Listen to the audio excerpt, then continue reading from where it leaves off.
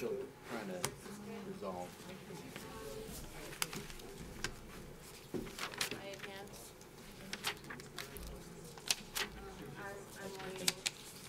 Want me to try again? Yeah. Okay. So, let me go check for you. Mine says check video cable. Yeah, it's resetting. Okay.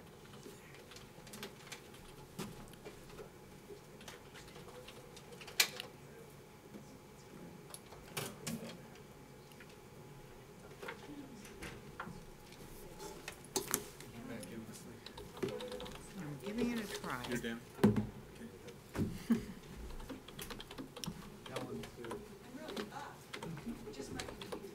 So, we'll just go ahead, this is where you can hear them out there. So we're just gonna go and do our thing.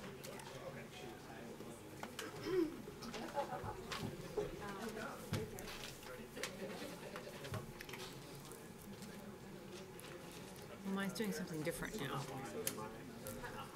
No, but you know what? I'm fine. I don't need it. If I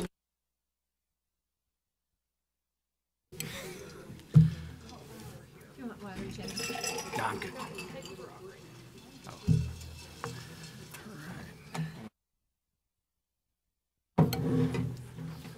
No, leave me on. Welcome. I'd like to call to order the February 26, 2013 regular meeting of the Boulder Valley School District Board of Education. Sandy, will you call the roll?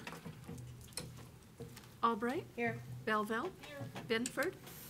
Fuqua. Here. Myers. Here. Reed. Here. Smith. Here. Please stand and join me in the Pledge of Allegiance. I pledge allegiance to the flag of the United States of America and to the republic for which it stands, one nation, under God, indivisible, with liberty and justice for all.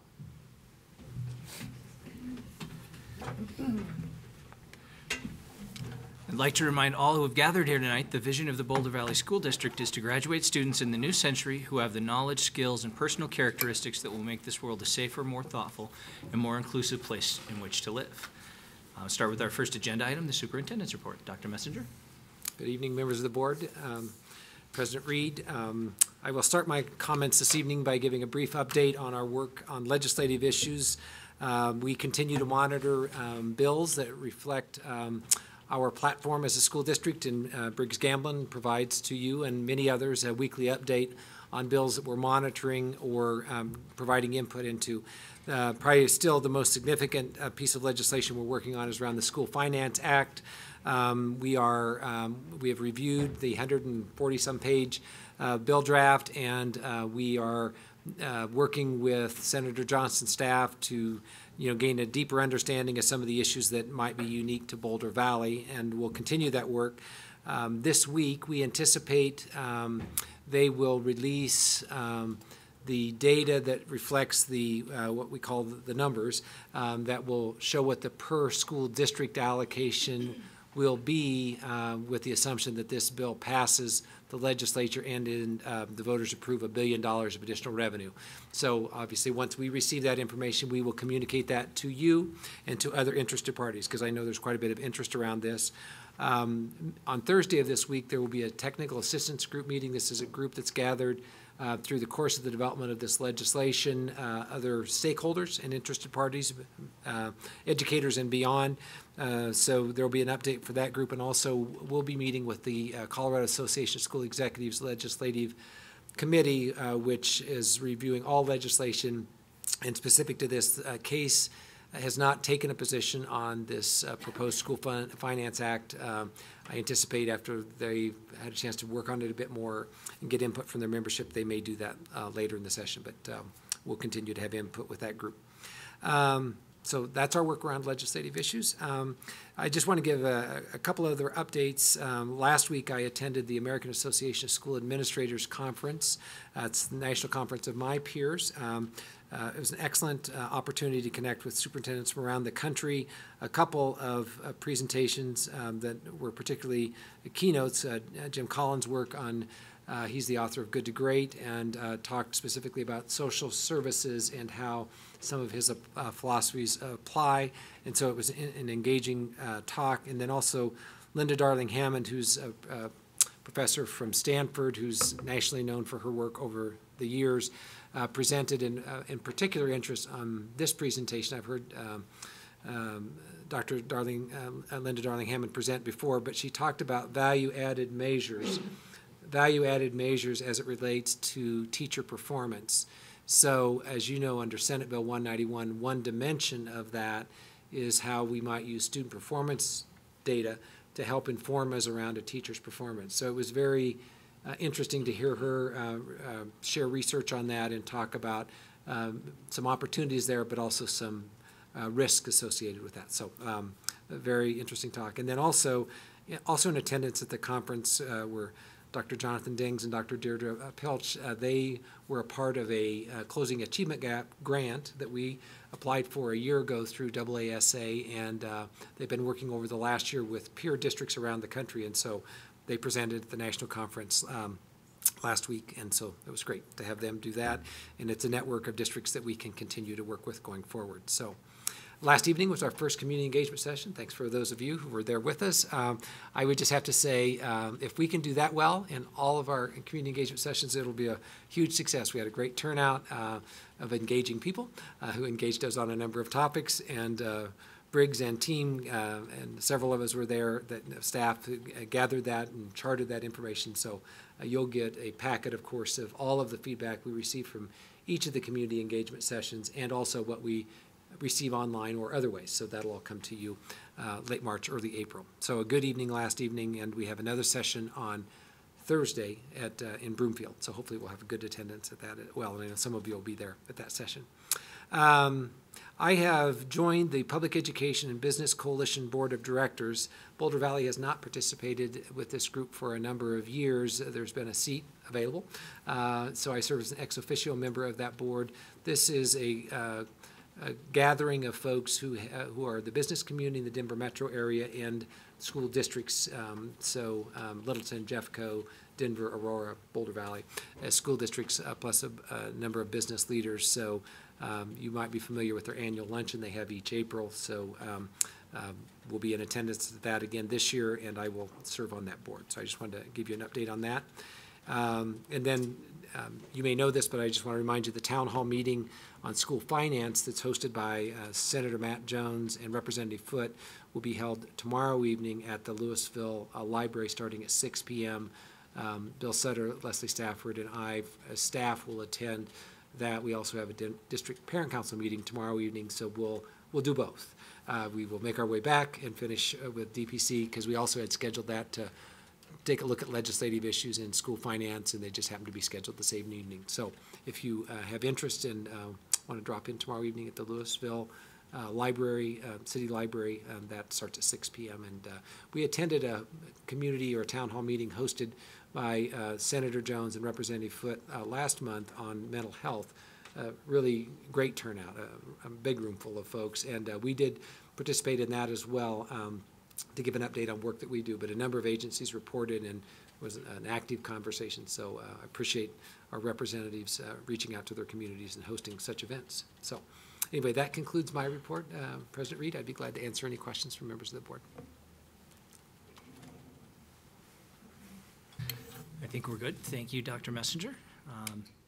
Our next item on the agenda is student communication, but I see they must be studying for tests tonight. So our item after that is public hearing and public participation. We had 2 people signed up, but I don't see them in the crowd. So with that, we'll dispense with the public participation, and we can move right into board communications. Board members. Leslie. Well, I was one of the board members that attended last night, and I'm feeling very good that when I get off this board that community engagement will continue.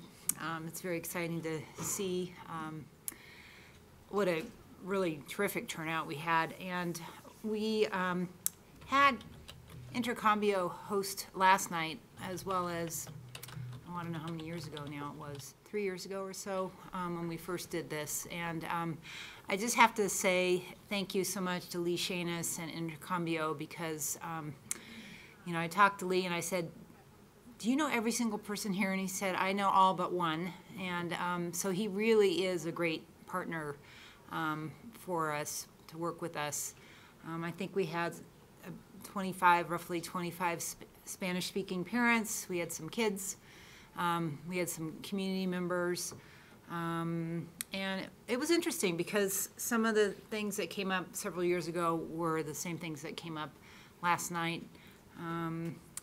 Several of the parents that were here last night were there several years ago. And they talked about, you know, obviously they're the leaders in their community, and feeling frustrated that more parents don't step up to the plate to help volunteer and so forth. And but the group grew. So, you know, I think in part because of Intercambio and what they're doing for these families and helping them to learn English and learn the system and so forth, you know, their numbers are increasing. So it was great. Definitely some themes, so it'll be interesting to see as we have the various community engagement sessions what different themes occur each time. So it was great. And thank you to Briggs and all the other folks that helped. Good job. Thanks, Leslie. Sam? I'm looking forward to the meeting in Broomfield and the rest of the community engagement meetings, and the response on BVSD listens as well. And thanks to Intercambio. Wish I could have been to that one. Also, just want to say I was at Emerald Elementary with Von Shepard. We met with Samara Williams, and it was really illuminating to me to learn about both the challenges they face as a Title I school with, I think they said 18 different languages in their building, but also the very positive energy that's there, the neighborhood support that's increasing for Emerald. And if you haven't been there, or if you haven't been there in a while, I encourage you to check out Emerald Elementary in Broomfield.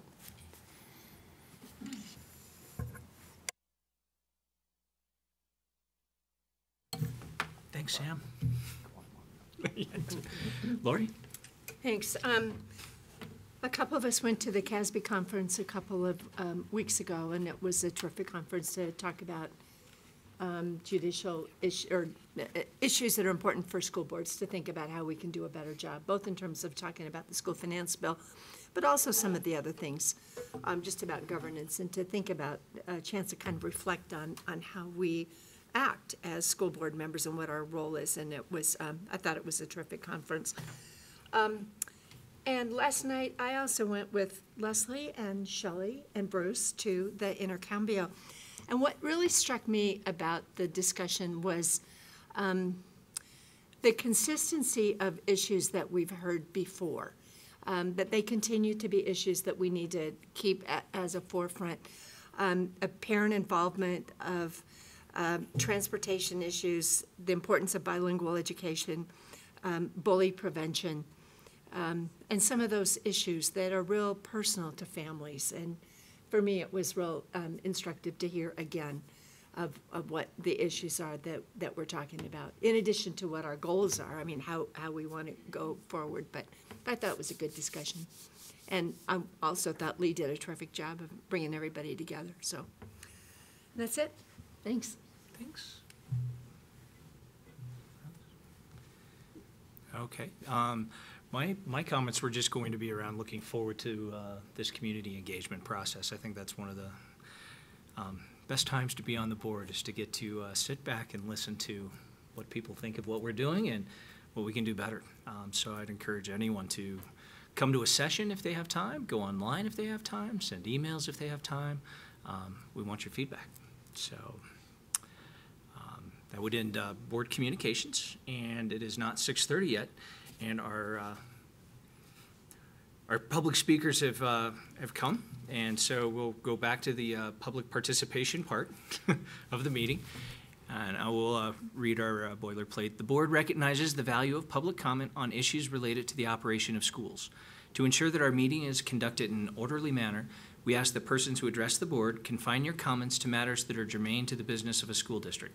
Speakers on agenda items will be heard first, followed by those speaking to non-agenda items. Please limit your presentation to 2 minutes.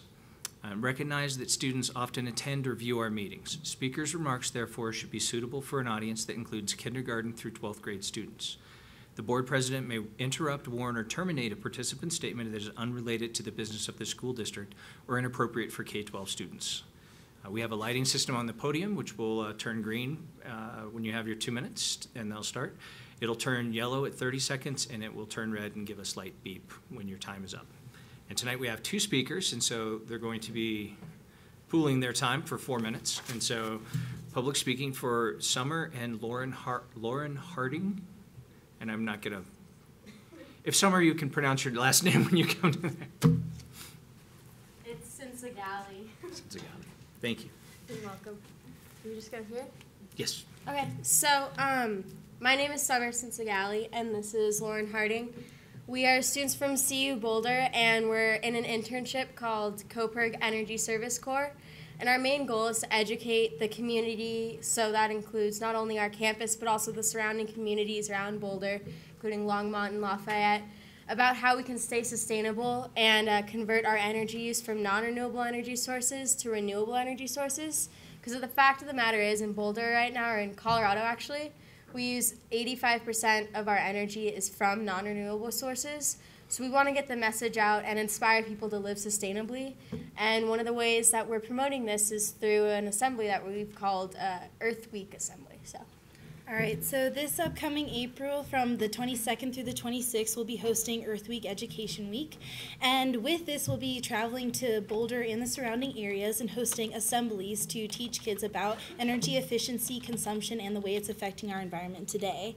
And so generally what these assemblies will be focused on is hands-on activities that the kids could really get focused in and actually participate in ways and learn about ways to get involved in environment and sustainable behaviors. And we're going to be breaking it down into 4 major subgroups that include renewable energy, energy use breakdown of the home and the U.S. today, how it affects nature and wildlife. So we have some pamphlets here if anyone would be interested. We've got our emails on the back and a little bit more in-depth information. So I can just leave them somewhere. Yeah, I can give them to you. So yeah, thank you for your time, guys. We really appreciate it. Thank you. Thank you for coming out tonight.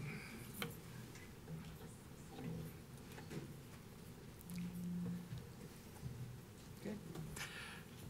So our next item on our agenda is an information item, the second quarter financial statements and general operating fund. Finance Officer Leslie Stafford is at the podium and joined by Executive Director Bill Sutter. Great. Thanks. I have just a short PowerPoint of highlights from the notes that I can send you, but it is just basically some summary points from what you already have in your notes. So thank you, Dr. Messenger, Mr. President, and members of the board. I'm here this evening to present a summary of the second quarter financial statements for the 2012-13 fiscal year. And following my presentation, Bill will give you some updated information on the mid-year analysis, particularly for the general operating fund.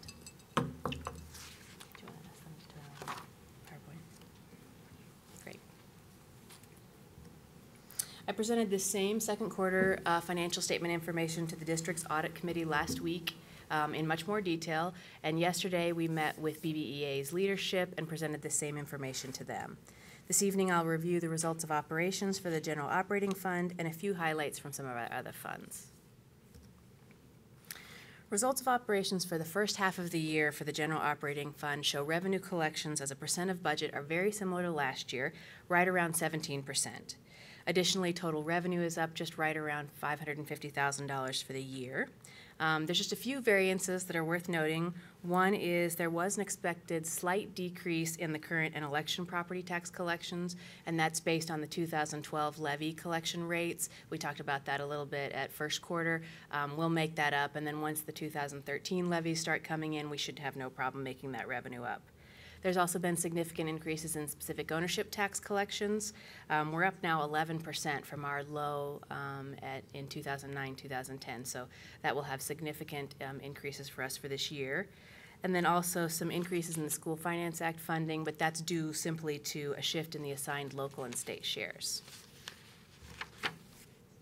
General operating fund expenditures and transfers In total, expenditures are about 46% of budget compared to almost the same percentage this time last year.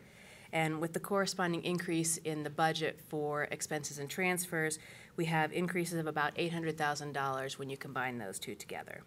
Salary and benefit costs represent over 91% of total expenditures, and again, this rate is consistent with our prior years.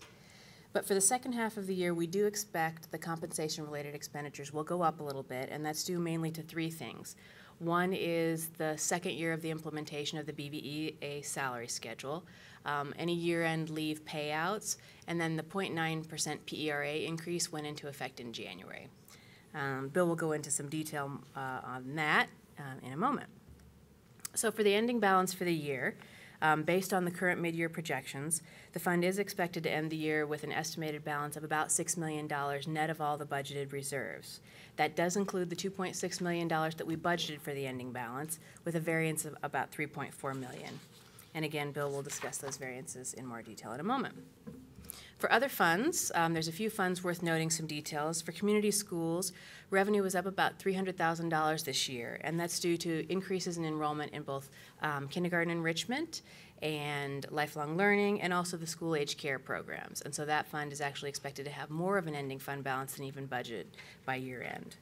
For the health insurance fund, I wanted to explain that on the budgeting page, it does show a negative $700,000, and that's not a negative ending fund balance. The fund was projected to have a planned spend down of the beginning fund balance, and it's just going to spend down a little bit more. The premiums for both Kaiser and our self-funded plan are a little bit lower. The pharmacy and Express Scripts is up, but in total, there's still ample reserves left and ending balance for the year. Food Services Fund. So as a percent of budget, revenues are very similar to last year in the Food Services Fund. There is about a $200,000 increase in revenue. Participation was budgeted to be about 4.7%. At mid-year, it's about 2%, but there's also been a corresponding decrease in expenses, and food costs have gone down. And so at this point, staff will continue to try and raise participation and decrease costs, but the fund is on track to be in balance by year end. For the Transportation Fund, again, current year revenues are also up, and that's due mainly to an increase in the general fund transfer and also an increase in state reimbursement revenue. Expenditures have also decreased in this fund, and that's due mostly to decreases in salaries and benefit savings from vacant positions, lower overtime positions, and there's been a lot of work on decreasing the monitoring and the homeless transportation costs. There also was increases in the field trip billings. They've really gotten on top of those with the schools and increased their revenue there. So overall, the Transportation Fund is on target to end the year with a positive ending fund balance. And with that, basically all the other district funds are on target with budgets for the year, and I'll take any questions you might have before I turn it over to Bill.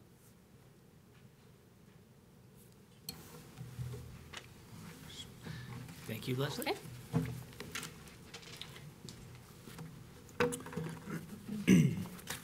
So I will describe the mid-year analysis very briefly here to sort of give some purpose around it. So the purpose of the mid-year is to identify areas to monitor in the current fiscal year, anticipate available year-end balance to inform planning for next fiscal year, identify any budget items that may require additional investment or restructuring in the upcoming fiscal year, and identify any opportunities for improvement in budget projections for next fiscal year. Two significant observations in the mid-year analysis. Total revenues are projected at 100.6% of the adopted budget, so slightly more revenues than budgeted. And expenditures are projected at 99.2% of the adopted budget, or slightly less than budget. Where this projection is different from the second quarter financials is we have prospective revenues and expenditures through fiscal year end. And the main focus is on the general operating fund, and we have any mention of other funds as appropriate, but as Leslie pointed out, other funds look to be on track for year end. For revenues, local sources, we're projecting a shortfall in local sources of about $2.4 million, due mainly to just the way the calculation of the School Finance Act is, and offset that with state sources, and I'll describe that in a moment. Specific ownership taxes, which is car registrations, are forecast to exceed the budget by 1.2 million, which is about 13%. There's a split in specific ownership taxes between equalized and non-equalized, and it has to do with what is applicable to the School Finance Act and what is essentially revenue directly for the district over and above the School Finance Act. So these projected revenues are part of the non-equalized or non-School Finance Act funding, which are revenues available to the district and won't be offset with another School Finance Act funding stream. State and federal sources projected to exceed budget amounts by 3.9 million, and the state share School Finance Act funds is really projected to offset the shortfall in the local property taxes, the portion for the School Finance Act. Salaries are projected at year end to be 98.9% of the adjusted budget. Salary variances, generally speaking, are normal fluctuations from staff, timing of hiring positions, some vacant positions, items like that. We have variances in the various salary line items by position from 0.4% to 3.9% is the highest. The high percentage are usually from the smaller pools of salary dollars. We do have conversions of positions, which transfers budget side dollars between position types. So those are reflected versus the current budget, which is the adopted budget. The adopted budget with any budget transfers. This current year, we did have some challenges with these projections in the sense that with the implementation of the new salary schedule for BVEA in January, as well as the implementation of horizontal or salary credit movement on the schedule. Those horizontal movements are being entered for the February payroll, which is being run as we speak. And so we don't have the full information, so we've made projections based on information from HR, sort of what was in the hopper, so to speak.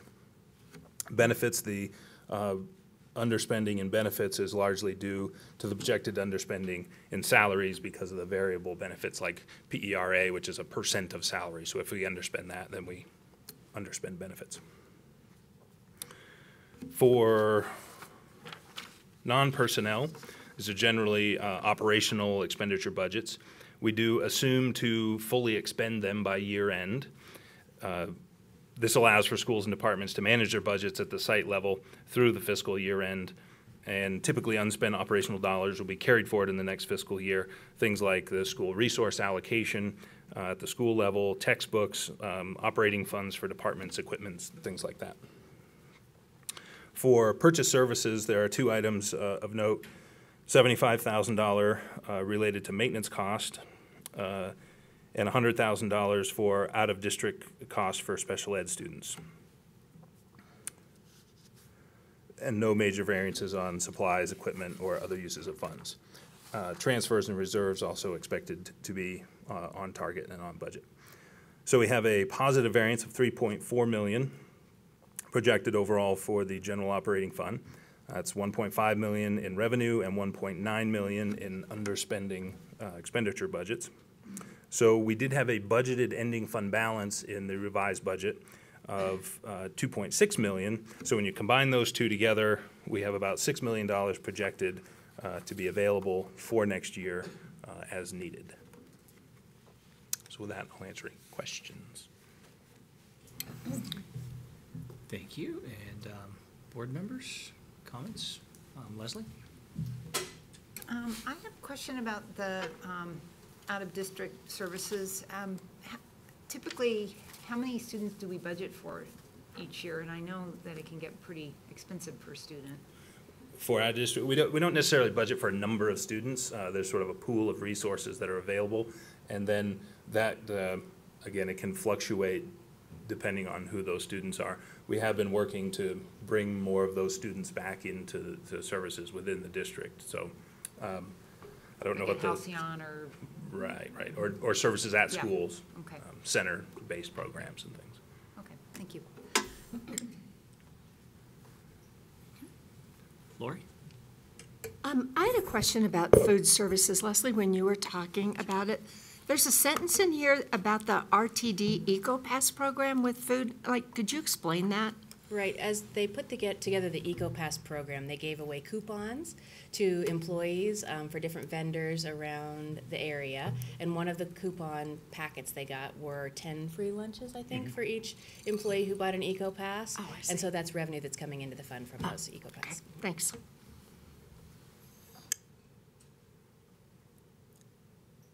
Jenny? It isn't a question, it's just a thanks. Tom and I are both on the audit committee, and so we've had an opportunity to hear this before, and I'm always glad that we have, I mean, such careful budgeting by our staff, and the number, I just always feel like we're not going to be run into the red by anything that happens on our budget, so I'd like to thank your careful attention to the numbers for us. Thanks. Any others? That was, I think, really well said, Jenny. These are always a highlight to read these. They're always not much of concern, and always a piece of good news, and always, I think, looking out for the future and how we can do better. So thank you very much.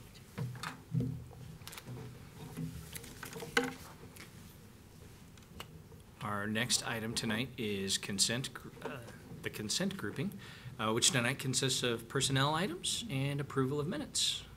I need a motion. Leslie, seconded by Lori. Does anybody want to pull anything? Any comments on any of these? If not, Sandy, will you call the roll? Albright? Yes. Belville? Yes. Benford? Fuqua? Yes. Myers? Yes. Reed? Yes. Smith? Yes. Motion passes.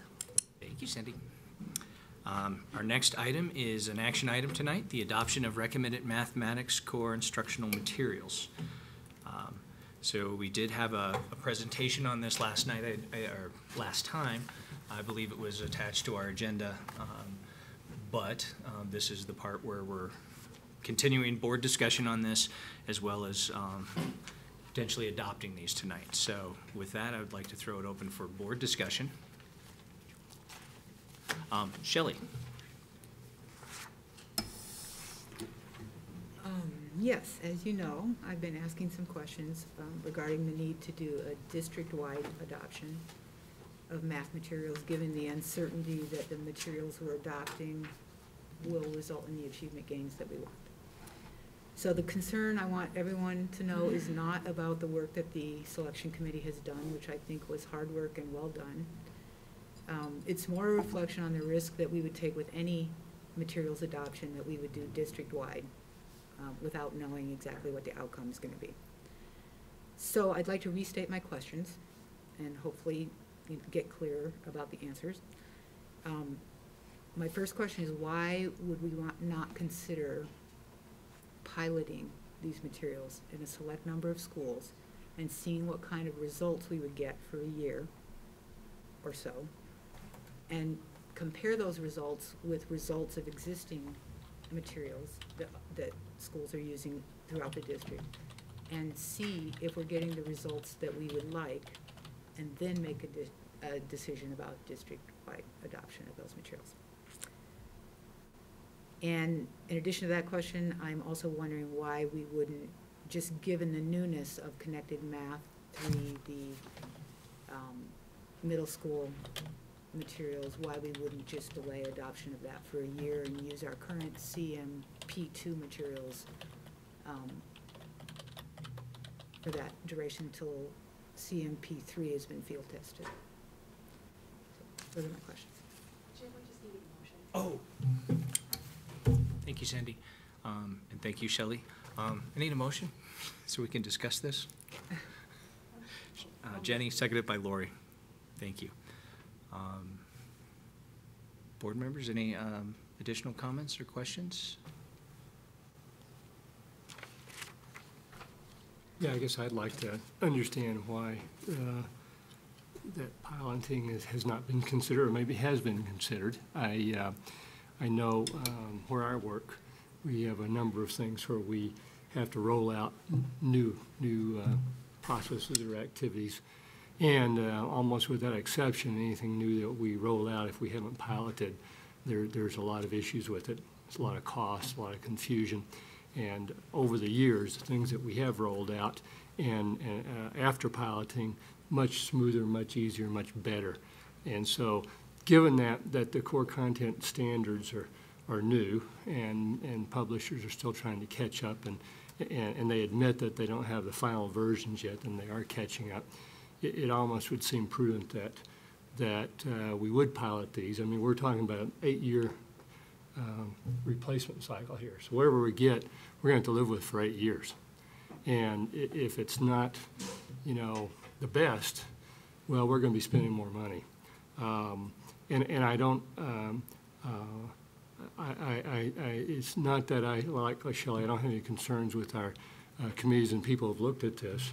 I'm just concerned that we don't know finally what we're going to get or have, had a chance to run through these to see what issues they would be. We're always, struggling with our budgets for textbooks. So I think it would be prudent to spend it wisely and perhaps pilot it, wait a year, and then get the updated version. So any response to that? Well, and actually, just so I think for the board to understand too, is this about the middle level, or is this about all? My content was in general about all of it. Okay. But I think there's probably some of it that's more applicable. The middle level is one that the materials haven't been quite ready yet, I think. Particularly. Yeah. Bruce, would you care to take a stab at that? Sure. So there are probably different ways to come at this, and the process that Jackie Weber, our Director of Mathematics Curriculum, led our staff in selection committee through, which because it was presented to you last time, was a thorough review of the materials using an evaluative set of criteria. So you've had a chance to look at those. Those were included in your attachment. So that's an important part of the process. The question about will the materials result in intended outcomes? Part of what the analysis is to have communication with field testing or use of these materials in other schools or school districts. And so I played at your place this evening some description of that in response to questions we'd received earlier about some of the field testing that's done. And all the materials, the middle school materials are the most recently developed. This is the third edition of these materials, so it's not a new program, and it's not that any of the concepts haven't been applied before. And in fact, what you'll see in the notes there is that even these materials that aren't formally published yet, they have been field tested. And you also know, and Jackie mentioned this last time, that the draft materials have been reviewed by our staff, even though they've not actually gotten the published books yet. So the notion of field testing and piloting materials for a school district for the purpose of evaluating them to have the intended outcomes is sort of a big deal. Because what we know doesn't mean it's not an important thing, but it is a big deal because there are a few things that can happen when you pilot materials. One is that do you simultaneously pilot multiple materials?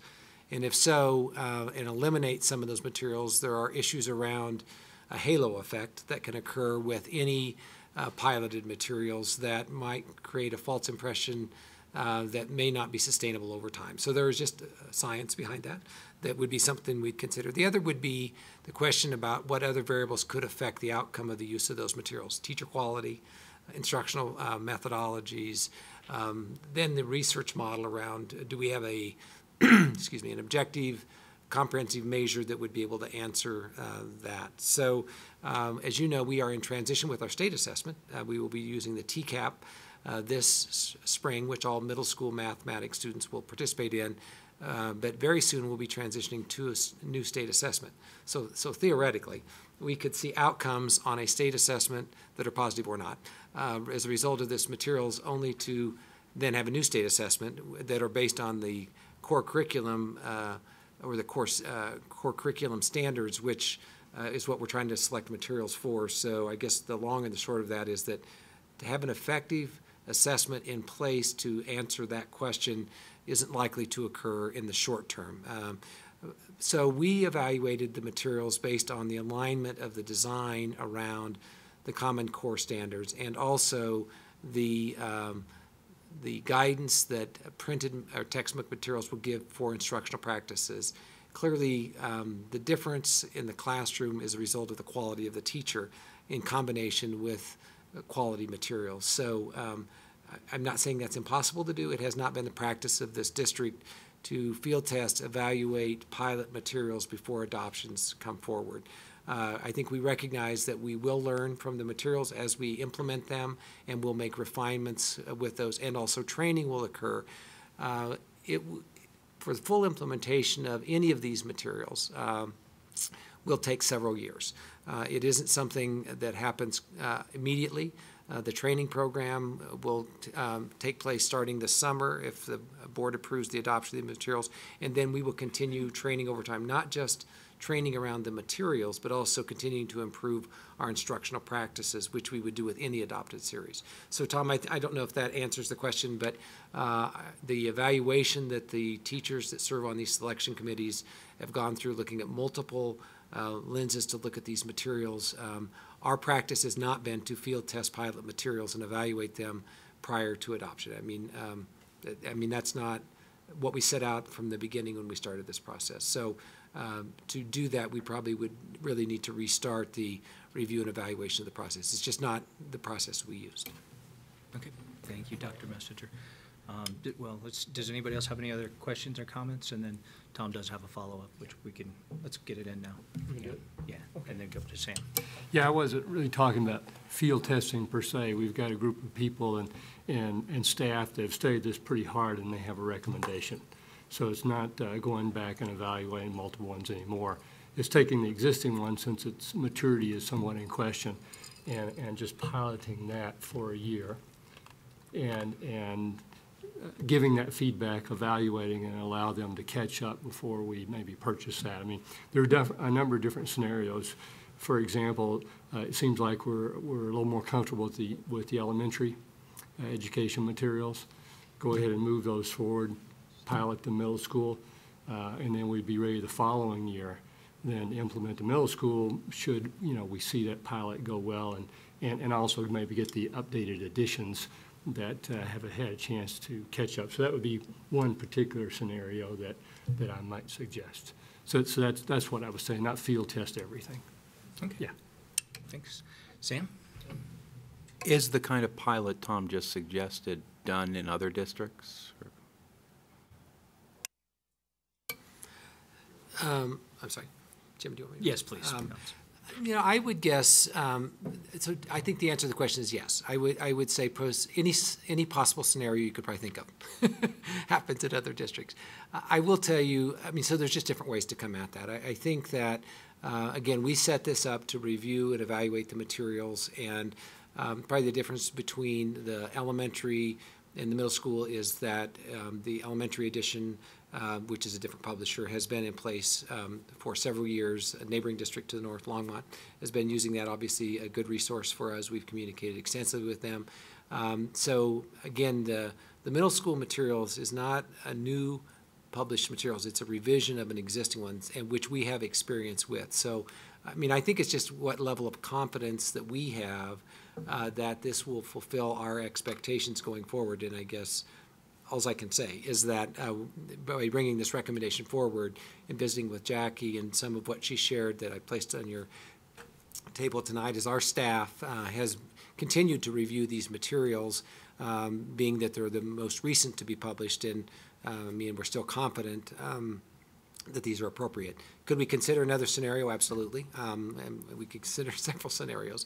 I might ask, if it's all right, Jim, to have Jackie address the board about the potential of a pilot and what implications that might have given where we are now, just to give additional context with that. I've been able to share this communication with her through the day, so she obviously has some understanding of a couple of the questions around that. So if you're comfortable with that, Jim, yes. I think Jackie's prepared.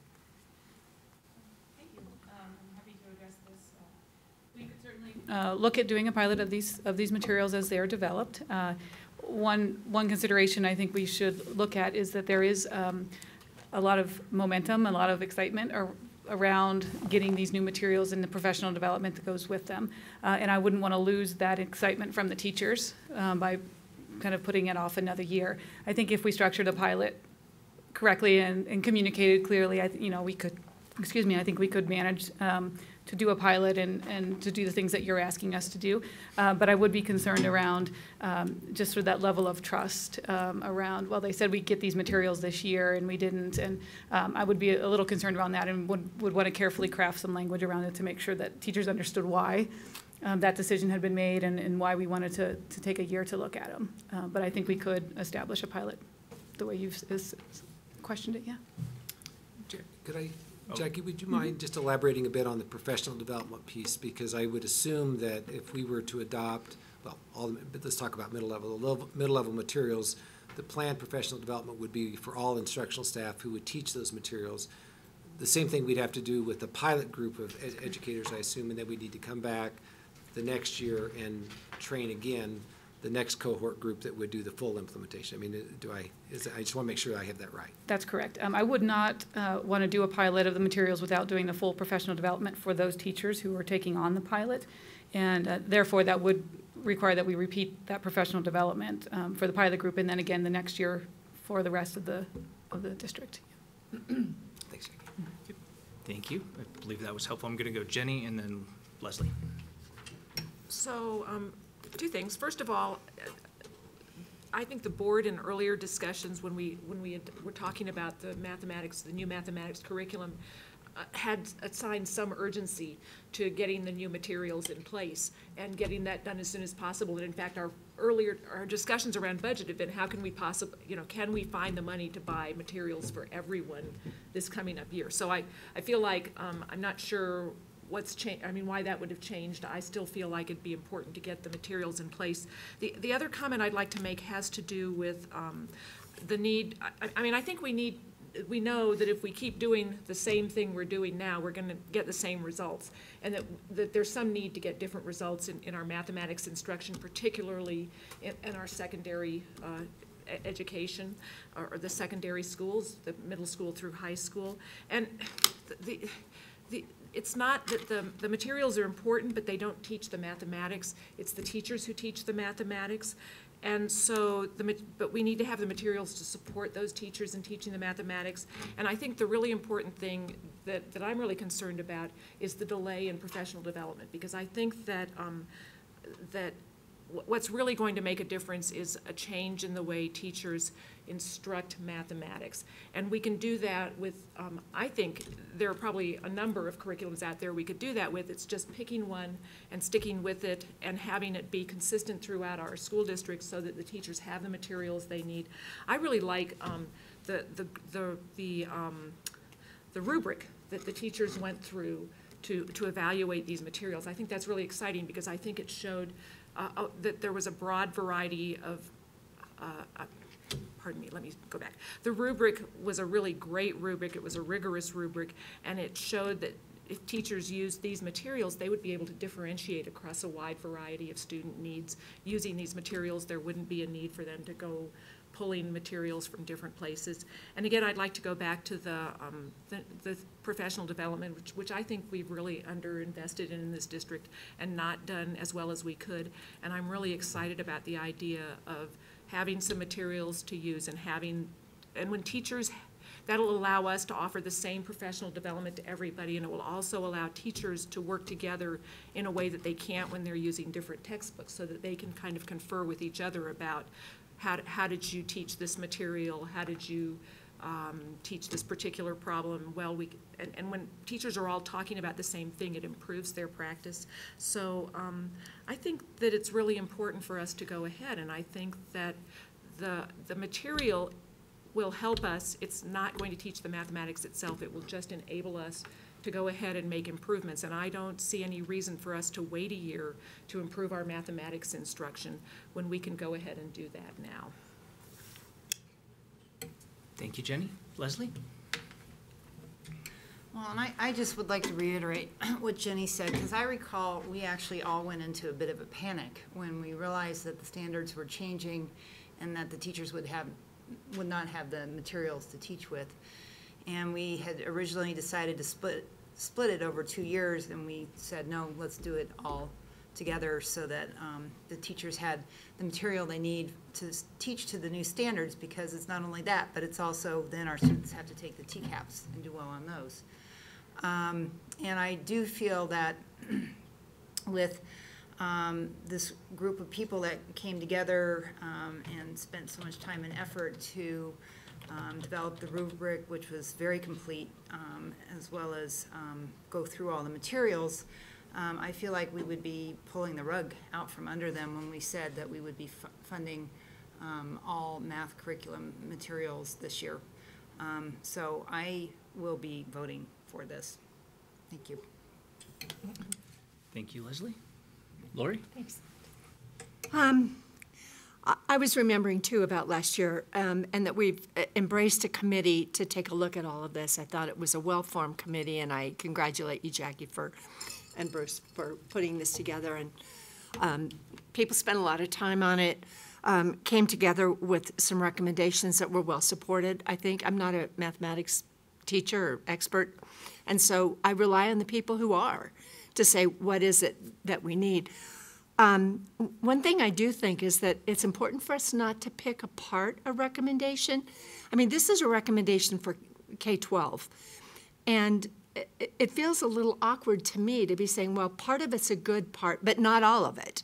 And I think what you looked at as a committee was the whole issue from K to 12, not just K to 5 and then skip 6 to 8 and let's do something different with them, and then let's look at the high school. So for me, it would be all or nothing is how I would see this.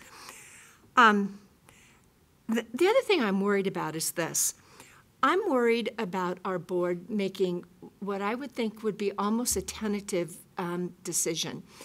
We're not really sure about middle school. It may not, I mean, if we were to say that, it may not quite be good enough. And so I'm worried that teachers will be saying, well, then why do you want me to teach it? I mean, I think it's important to make a strong statement. If we're going to embrace this, let's embrace it, and let's give it what we've got. Let's do the professional development, as you were talking about, and let's be strong about it. I have heard many teachers say to me, don't put me on another committee. Don't ask me to serve on another committee, because you ask me to do this, and we make a recommendation, and we may do it for a year, and then you change your mind, and you do something else. And so I think it's important that if a committee has made a decision and a recommendation that will fit what our needs are academically, I see no reason to not support it. So I'm going to support it. And so thank you for bringing it forward. Thanks. Take my turn before we go around again. But for me, I'm going to agree with some of my colleagues here, which is, you know, we had a wonderful committee that came together. I sat here a year ago when we said, is there any way we can do the entire adoption at one time? And instead of having just pieces of it looked at a time, how do we take care of this systematically, and would it help? And I believe the district said, yes, it would help. And so, yeah, in somewhat of a response, we said, let's please go do this. That has been done. The recommendation has come back. I see no reason to not listen to the recommendation of this committee. I think they've, as many committees do, they've done some superb work here. So I would be supporting this tonight as well. And so with that, do we have any other comments of a new nature, or are we ready to vote? Shelley? I think to the comment that this district doesn't pilot as a practice, I think that that's exactly what our constituents have asked us to do, is not just do things the way we always have done. So I see this as an opportunity to do things differently, and to really be careful about the resources we're spending and making sure that we're getting the results that we want. And as to Ms. Weber's point about the teachers maybe being disappointed, I'm sure that is probably true if we were to do this, but I think they would also be very grateful that we're watching over the taxpayers' monies and making sure that we're being fiscally responsible here. As to the point about professional development, I actually think phasing professional development might be more manageable. To do it group by group, you certainly can learn from one group to the next what needs to be emphasized, and I don't necessarily think that's a bad thing. In fact, I think that's a good thing to do the professional development gradually. I don't remember ever being panicked about this when the subject came up of Common Core changing. I don't think there's a big panic to do this. Other school districts are waiting it out to make sure that these materials are aligned, and I don't think it would be a rash thing at all to do the same.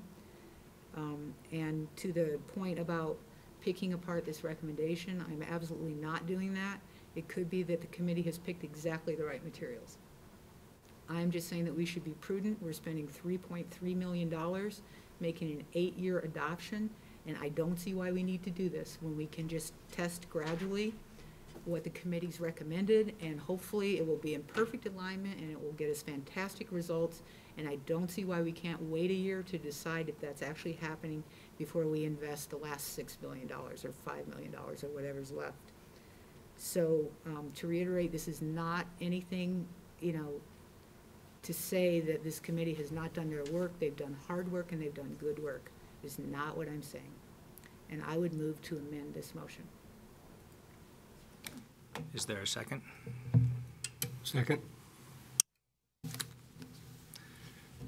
So as the chair, I would actually say you probably want to divide the motion and take out the middle school from this.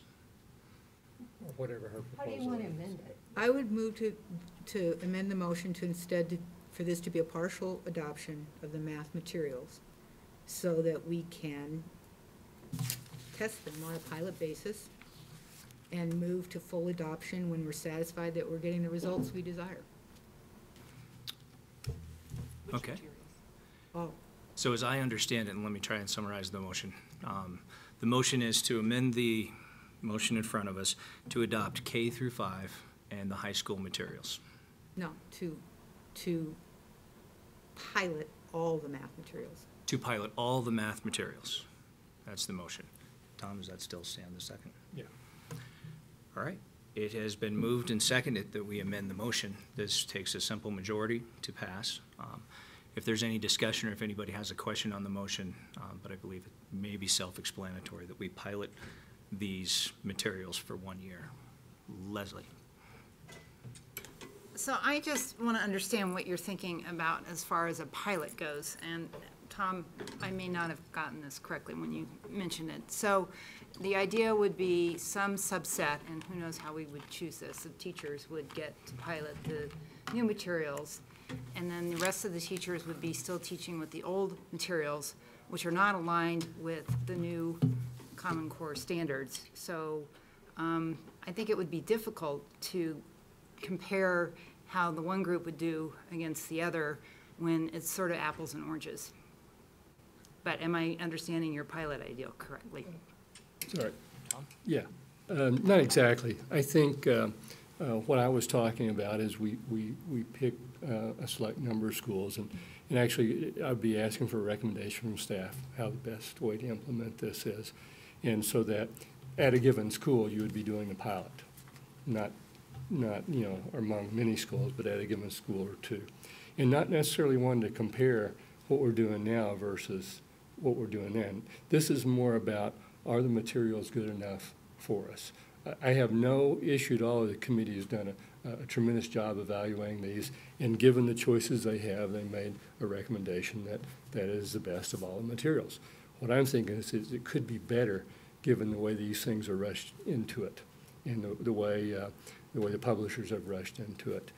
And I know, you know, when this whole thing came up with the core content standards, you know, Dr. Miller Brown told me that we're already doing all of these, that we're already doing these content standards. So I'm not really concerned about us getting behind, you know, as far as testing or any of that. And that's why I don't see there's a rush, because we were ahead of a lot of districts in this area. What I see it as making sure that we have the best we can because of the financial and the 8-year time commitment. That's what I'm saying, you know. So it's not a field test, it's a pilot, and it gives us actually a year to say, hey, maybe this is not good, maybe feed some of that information back to the publishers and get a revision of where they are. I think they'll be a lot better shape in a year from now than they are right now.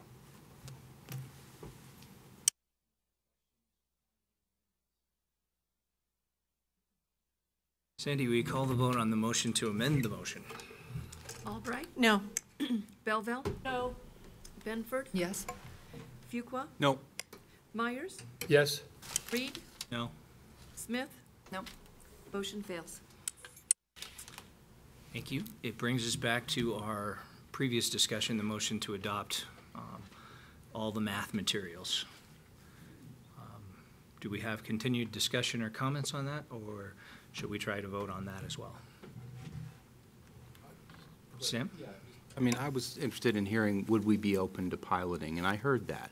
But I also heard that we have a high level of confidence in this curriculum and enthusiasm from our teachers. I, as a board member, have not had a lot of our math professionals contacting me concerned about this. So I'm glad we're open to piloting as a strategy, but I don't think it's necessary in this case, and I'm going to vote yes. Thank you, Sam. So with that, no further discussion. Sandy, will you call the vote? Albright? Yes. Belleville? Yes. Benford? No. Fuqua? Yes. Myers? Yes. Reed? Yes. Smith? Yes. Motion passes. Thank you, Sandy. And thank you, board members. That was a really nice professional discussion. Jim? Yes. If Dr. I Messenger. could, I just want to give public recognition to Jackie Weber's leadership and many others, principals, teachers, community members, really many hours invested. And I understand, I appreciate the good discussion. We've learned from each other this evening and some discussions leading to this evening, but I don't think that takes away from all the good work our professionals did around this. And I know they'll appreciate your support of this adoption, and also as we build the budget, they'll appreciate your allocation of resources to purchase those, which will be a future discussion we have. But thank you very much, and thank you to Jackie for her leadership. Yes, thank you, Jackie. Dr. Weber. Our next item is a study item update concurrent enrollment policy. So Dr. Pilcher's making her way to the podium. This is a policy revision in response to a change in Colorado statute. And Dr. Pilch, please, Deputy Superintendent. Good evening. Well, that about covers it.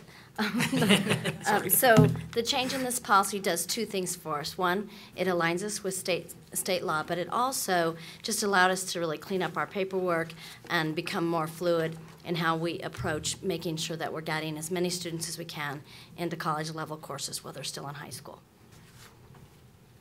I'm happy to answer any questions you might have.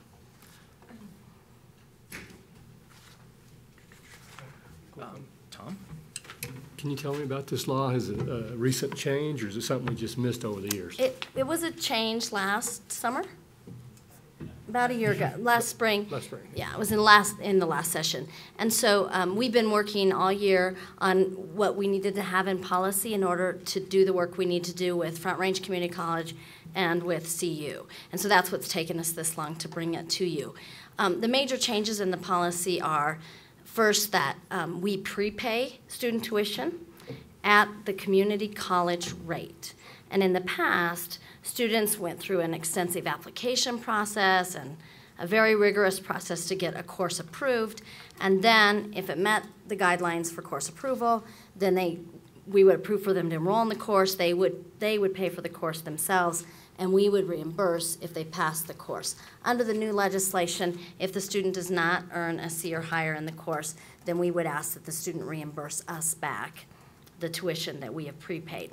And along with that, this big change around reimbursing at the community college rate clearly was based on the intention of increasing enrollment in our community colleges. And it has certainly done that. We've seen a much higher enrollment in our community colleges just this past semester. Lori? Yeah, thank you. This is interesting. I had a question here about what students are eligible for this. And I think you said, when I'm looking at these written documents, it looks as if we're talking about 9th through 12th grade and 11th and 12th grade. We're talking about 9th through 12th graders. In our old legislation, we could only allow 11th and 12th graders to go. And now any student in grades 9 through 12 would be allowed. And the way that we've designed the policy and the work that we've done with our principals and our school counselors requires them to actually sit with the student, look at their college plan, or their high school and then college plan, and their individual career and academic plan, and then make the determination at what year in high school and which semester the college course is appropriate. So it really opened it up for students. Did that answer your question, Lori? It does, but there's, and I can't exactly point to it here, but in the section that's called eligibility requirements for high school credit and tuition reimbursement, I think it refers to 11th and 12th grade. Yeah, and I think we deleted that. I think you've got to note that it was, and so in your copy, it does print out some of the stuff that was deleted. If you look above, it'll say delete, and then I think that's where that was, and if we've got a mistake, we need to get it corrected. I'm going to show it to you afterwards. That's great. This is only for information, is that right, tonight? Yes, so we'll get it corrected if we miss Right, that. I think it's a typo. Okay. Okay. Leslie? It's great for kids. So I'm still a little bit unclear as to, when a student would be able to attend either Front Range or CU. Is it my understanding that as long as the high school has those classes, then the student stays in the high school, but if, for instance, they want to take Arabic or something that's not offered, but, so I'm just wondering, are there a lot of classes that we aren't offering, and how many, students or classes are we talking about every year where there's going to be concurrent enrollment? So as you all know, we offer thousands of courses at the high school level, literally. And so there are not a lot of courses we don't offer that are typical high school level courses. But the intent of this new legislation was to really allow access even beyond. So in the past, a good example is we did not allow for a student to go to the college and take Chinese just because it wasn't offered at their home high school. If there were other languages offered at the home high school that student could access. And our new practice is to allow students to do that if it fits in with their academic plan. Okay. Great, thank you. Nice. Tom? So, will we have an ICAP for every student now? Yes. Okay. I don't think we have that currently, right? 9th and 10th grade, we currently do. So Okay. we're rolling up. So next year we'll have 9, 10, and 11th, and then the following year 9, 10, 11, and 12. Okay, great, thank you. Uh-huh.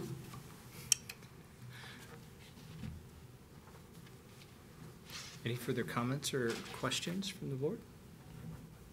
Jenny? Well, I'm glad to see us aligning with state legislation as always, and I think this is nothing but good for kids. And I think that it'll be a way to get a lot of our kids, as the cost of college educations goes up, it will be the way for us to get a lot of kids college credit before they even start, which will be financially helpful, I'm sure. And I would think it would also help kids, maybe our students, be more successful in college, if the ones that have, to the extent that they've had that college experience in Absolutely. high school, it will certainly help them to be more successful. Is there a big difference? I do have a question. Is there a big difference between the rate we're reimbursing and the rate that, say, kids who go to CU to take classes will? There is, Jenny, and so I actually we've established a scholarship fund so students can request additional tuition support beyond the community college rate. And we're able to do that because the budget was built paying for students to go to CU initially. And so we have the funding to do that, and we've been committed to maintaining that budget and trying to get as many students as we can into college while they're still in high school. So this is a good time for me maybe just to give a little push for this in case people actually do watch board meetings, right? In case they really do. So I want to be really clear that we do have the ability for, while students are in high school, for students to access college courses, and for their tuition, or at least part of their tuition at CU and all of their tuition at Front Range, to be paid with district dollars. And we want students accessing courses at the college level while they are still in high school, while we can support them, while we can communicate with the community college to make sure they're getting the supports at the community college around them. And it's just a wonderful opportunity for students to get their foot in the door at the college level and to begin that college level work while they still have a lot of support around them in the traditional high school setting. So we want students to do this. We want students working with our high school counselor. We want students getting on the college campuses. And I think that actually next year we will probably have at least 3 courses actually offered at Arapahoe Ridge High School that are Front Range courses on the high school campus. And am I also thinking that we have some teachers that are certified to teach like college-level classes right at the high school? I don't know exactly how that works. That's our CU Succeed program, where our teachers are working alongside with either a teacher from CU, Denver, or University of Colorado Boulder, and actually teaching a college-level course, and our students are granted college credit there as well. And I hope we'll continue to encourage that. I assume Absolutely. we will, because that, for some students, that's a better way to fit that in, because it can be kind of a trick, especially if you live in the East County, to try to get into CU for classes and still get back to the high school for the classes you need to take there. So I would think that the CU Succeeds would also, well, the more ways we can offer kids access to those kinds of classes and get them off on the right foot for their post-secondary, the better off we are. So thank you. Just this week, we're working on expanding the Calc 3 course to all of our high schools through the CU Succeed program. Yes, we've only had it at a couple of our schools, and we're working to try and get it in each of our high schools. Oh, wonderful. Okay.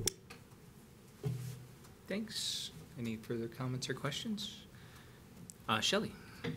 Is that program you just mentioned the one where a teacher within the school is certified to teach at the college level? Yes. Okay. Yes. Thanks. Should we bring this back on consent?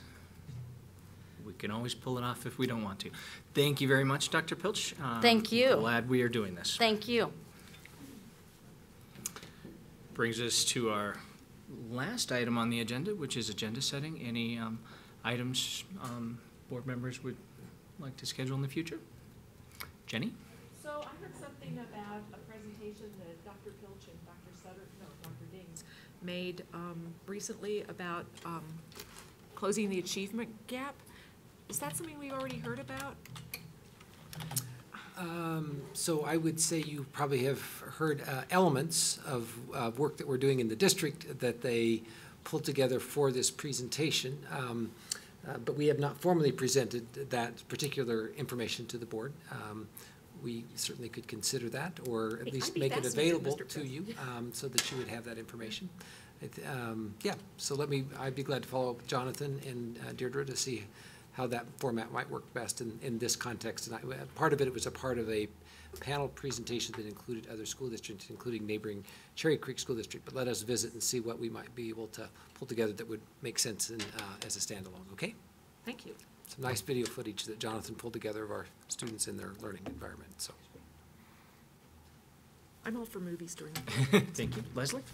Well, I don't have an agenda item. I just have a question since we had speakers speak after us. I assume, does Geeta have this information, or would she be the one that? We will make sure that she does. I don't know if there's a connection between the CU students that spoke this evening to you and Geeta, but we'll follow up on that and make sure she has information, Leslie. Okay, great, thank you. Great. Well, thanks, board members, and we can reconvene in a few minutes to continue our work session on budget priorities from last week. It's been fast. We're going to reset the room, so we'll be at the lower level. All right. Thank you.